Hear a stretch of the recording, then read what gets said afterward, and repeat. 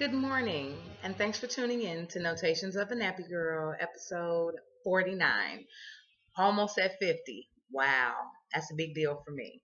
Um, Wanted to talk today about some things I've been dealing with some people throughout this past week and a half since my last video. Um, Relationship killers, relationship deal breakers, I should say. We all have a list inherently in us of what we will and what we will not stand for. And for a lot of people, these things vary. Now, the crazy thing is when you have two completely opposite views on what breaks a relationship within one relationship. When I ask people, and I've been asking people all week, what does it take for you to say, I'm done? I can't do it anymore. I'm finished. This is not what I signed up for. Whatever the case may be. Pardon the noise. They're doing landscaping. Why at 9:30 in the morning? I have no clue. So I'm going to try to get this done quickly before it gets too loud out here. Um, Most people would say cheating is a deal breaker. Most people would say abuse, physical or verbal, and add in the emotional. That's a deal breaker. Some people say proximity is a deal breaker. um, just different things and different views. So I want to touch on a couple of things because some of these things I have absolutely no clue about. Um, when people say cheating is a deal breaker, I have to go a little further with people and ask them, well, what type of cheating? Because you don't know truly what you will stand for until you're in the throes of it. And this is speaking from experience. You can walk around very haughty and say, hey, somebody cheat on me, it's a wrap, I'm done, forget you, kick rocks, whatever. But then when it happens, something happens where there's a disconnect between here, and we start to switch up. We start to change our belief system on what we're willing to deal with. And that's where the whole resentment for the relationship comes in. Now, when I say what type of cheating, there are a couple of types. Well, actually, there's just two. Well, that's a couple. You have emotional cheating and you have physical cheating.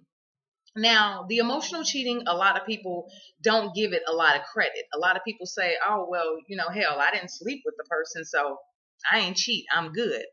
That is bullshit. And y'all know I really don't curse a lot on my videos, but that right there is bullshit. Because if you are talking to another person about your mate, about your relationship, and they are not your counselor, they are not your best friend, they is not your BFF from way back, your cousin, sister, auntie, best friend from high school, whatever, you're freaking cheating. If you are looking forward to talking to this person more than you're looking forward to talking to your mate, you're cheating. If you have to hide the conversations that you're having with this person, you're cheating. I mean, it's as simple as that.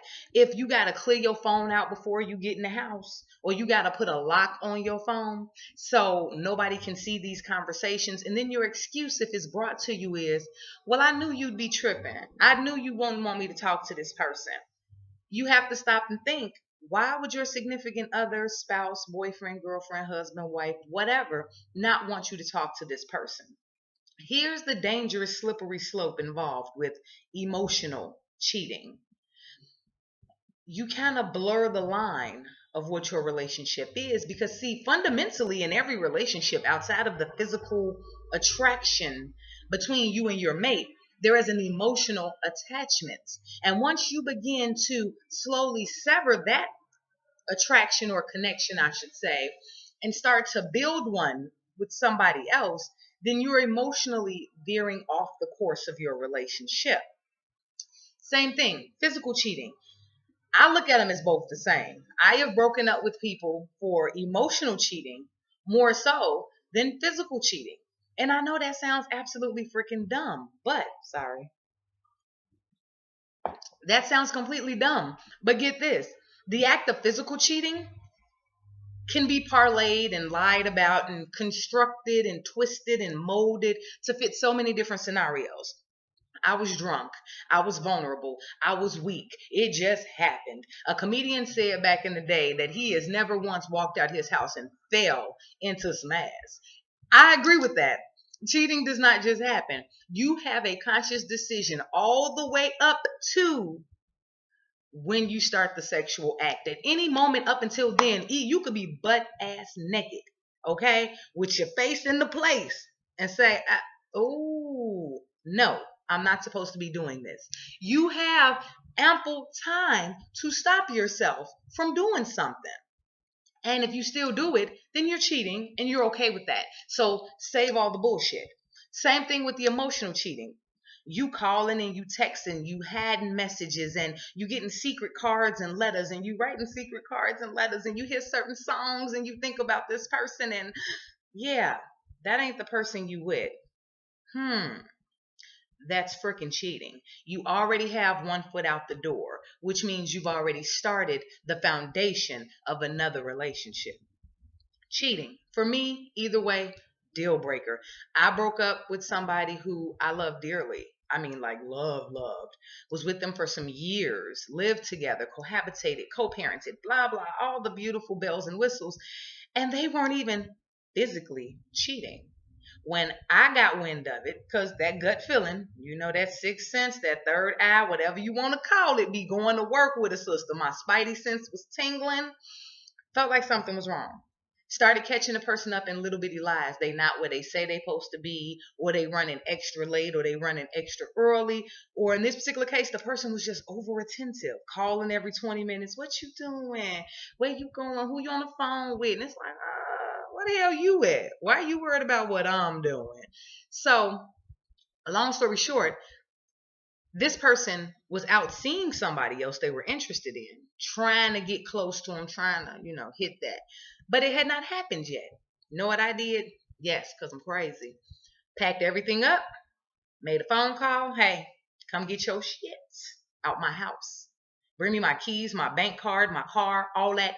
Ride out. I holler at you when I holler at you. And that person had not even had sex with another person. Why? Because the emotion in the relationship means so much to me. The communication. See, emotion, it fuels the communication. So when you stick in that emotion elsewhere, the communication just withers and dies. Then you have nothing. So I said, bye. That's me.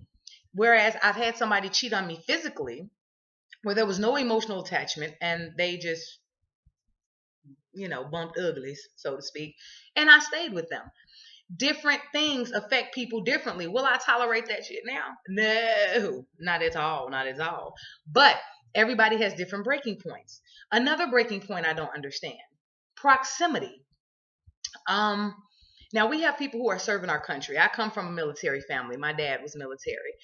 So I do understand that, you have a mate that you can't be with because of their job. They may be a trucker. They may be in the military. They may work on a cruise ship. Who knows? But y'all can't be together every day, all day. But you make certain concessions in your life to make that work. Same thing with people who date individuals who are incarcerated. You make certain concessions, you make it work. What I don't understand is when people are in relationships and they don't have proximity for simple reasons, like my job transferred me over here and their job transferred them over there. So now we have to figure which job pays more, which job has better benefits, and which living situation is more beneficial.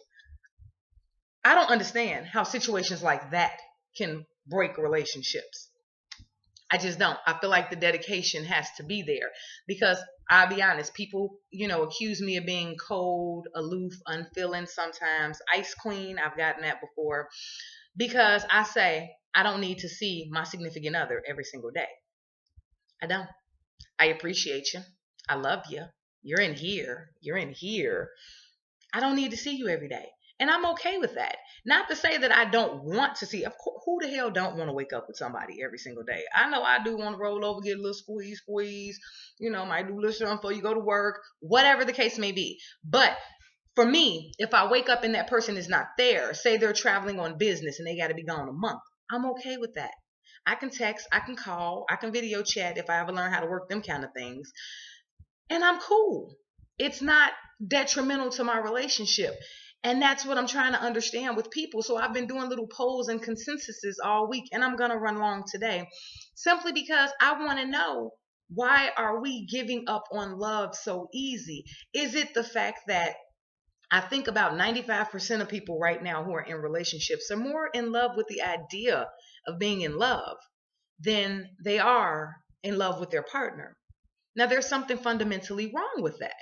I mean, it's okay to want to be in love. It's great. It's a beautiful feeling. But at the same time, you have to love that person just as much as you love the idea of a relationship, just as much as you love the idea of having a last call of the day, a first call of the morning, um, somebody to claim, somebody to kiss at night. A lot of people, I saw a quote floating around Facebook on one of those little meme things that said, oh God, I'm having a brain fart. What did it say? It said something along the lines of, people want the title, but don't want to do the work. That's almost like me walking up to Floyd Mayweather saying, let me get that belt up out you, buddy. It'll look better on me. But I don't want to do none of the work. I don't want to throw no punches. I don't want to get hit. I don't want to do no weigh-ins, no press conferences. But I want the Bugatti. I want the house. And I want that belt to say that I am the champion. It is me. But I ain't did nothing to get it. It's the same thing with a job. And people don't understand how I say everything in the universe is universally applicable. Every situation in life can fall and lay right over, like a transparency over another situation. I stay consistently consistent because that is the only way to live. And I say that in the sense of, people want to think, oh, well, my work is this way. I'm this way professionally. I'm this way socially. And I'm this way personally. Yeah, nah, you might be a little bipolar or something mixed around in there, because you should not have distinct personalities for each situation, simply because you are who you are every day when you wake up. The same way I am at work, I am at home. As intense as I am about my work life, my regular job, my business, the writing of books, doing these videos, whatever, the same amount of passion that I have in my professional arena, I have when it comes to my son. I have when it comes to my stepchildren. I have when it comes to my partner. I am just that damn intense all day, every day, because it's the only way that I know how to be. It's me. And when we start to change ourselves for each individual situation, when do you really know how or when to be your genuine self? I could bump into my boss right now, and I would think, act, and respond the exact same way I do in the office, because that's who I am. We have to get out of these ideologies of, oh, well, I can be this person on Monday, and I can be this person on Tuesday, and this person on Wednesday, Thursday, Friday, Saturday, Sunday. Hey, I got 7 different people. No, stop that mess. Be true to self. Because see, at the end of the day, and I'm going to go a little off kilter on this one, but at the end of the day, God only sees who you are. And he only sees the one person that he created, not that other 7 that you created in your head to fix each individual situation, or to fit, each individual situation that you get into. It don't work like that. You can only be you. So love you, embrace you, and make you the best damn you that you could be. Now, going back full circle to the beginning of my whole topic today about deal breakers. It's like, if you know you, you embrace you, you love you, then you truly will know what's a deal breaker for you. See, everything just goes around and around. I know I say some stuff over here, some stuff up here, down here. It all forms the same picture. To know oneself is to love oneself. And to love oneself is to accept oneself. And that's what we got to start doing, people. We have to accept ourselves, whether we like it or not, from the shape, the size, the skin color, the skin texture, the hair. Yeah, I went crazy this time. The hair, where you live, where you work, what you make, what you drive, your kids, what they're doing, your family, your siblings, everything. You have to love every aspect of your life in order to get it to work together. In order to get all your people in your life to work cohesively as a unit, you have to be the glue. And you can't do that if you don't love you. If you don't love you, then nothing can stick to you. Everything will bounce off. Everything will be deflected and rebuked, so to speak. Put love out, bring love in. But acceptance is the key. And when you accept your limitations, then you know your deal breakers. That's my time for today, people. Yay. See you next week.